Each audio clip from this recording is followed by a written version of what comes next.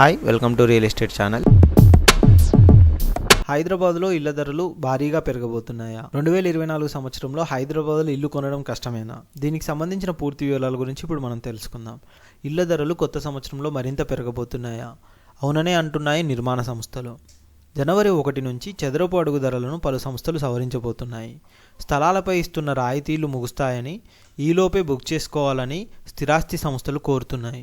నచ్చిన ఇల్లు దొరక్క, నచ్చిన బడ్జెట్ సహకరించక స్థిరాస్తి కొనుగోలును చాలామంది వాయిదా వేస్తుంటారు. కొనుగోలు ఆలస్యమయ్యే కొద్దీ ధరలు పెరుగుతూనే ఉంటాయి.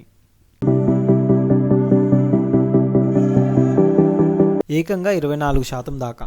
దేశంలోని ఇతర నగరాలతో పోలిస్తే మన దగ్గర వార్షికంగా ఇళ్ల ధరల పెరుగుదల అత్యధికంగా ఉంటుంది. గత సంవత్సరం ఏడాది 24% పెరుగుదల నమోదైంది.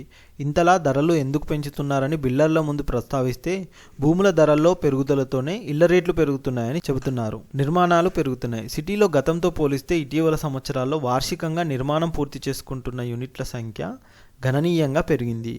2024లో 68,010 యూనిట్లు సరఫరా ఉంటే ఈసారి 76,345కు పెరిగింది. 12% వృద్ధి నమోదైంది. 40 లక్షల మొదలు 2.5 కోట్ల వరకు ఉన్న గృహాల వాటానే 82%గా ఉంది. కొనుగోలు ఆశాజనకంగా. గత ఏడాదితో పోలిస్తే ఈ ఏడాది కొనుగోలు ఆశాజనకంగా ఉన్నాయి. ఏకంగా 30% పెరుగుదల నమోదైంది. ఇతర నగరాలతో పోలిస్తే మాత్రం హైదరాబాద్ వెనుకబడింది. 2022లో వార్షికంగా 47,485 యూనిట్లు విక్రయిస్తే ఈసారి 61,715కు పెరిగింది. వృద్ధి రేటులో దేశవ్యాప్తంగా సగటు 31తో పోలిస్తే దాదాపుగా సమానంగా ఉంది. పూణేలో 52%లో అత్యధికంగా వృద్ధి నమోదైంది. ముంబైలో వార్షికంగా ఇళ్ల విక్రయాలు 1,50,000 దాటింది. 40% పెరుగుదల నమోదైంది. బెంగళూరు, హైదరాబాదు దాదాపు ఒకే స్థితిలో ఉన్నాయి. ఈ విధంగా చూసుకున్నట్టయితే అనురాగ్ రీసెర్చ్ ప్రకారం హైదరాబాద్లోనైతే 5,750 నుంచి 24% అయితే పెరిగింది అని చెప్పుకోవచ్చు.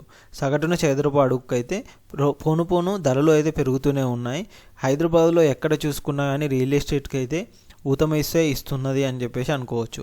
ప్రభుత్వం మారినా, కొత్త ప్రభుత్వం వచ్చినా రియల్ ఎస్టేట్లో ఎటువంటి మార్పు అయితే రాలేదు అని చెప్పుకోవచ్చు. ఇటు ఫార్మాసిటీ ఇటువైపు కనుక చూసుకున్నట్టయితే వాళ్ళు ఒకసారి రద్దు చేస్తామంటున్నారు, ఒకసారి చెయ్యమంటున్నారు. కాబట్టి ఏమవుతుందో ప్రజలైతే డైలమాలో ఉన్నారు.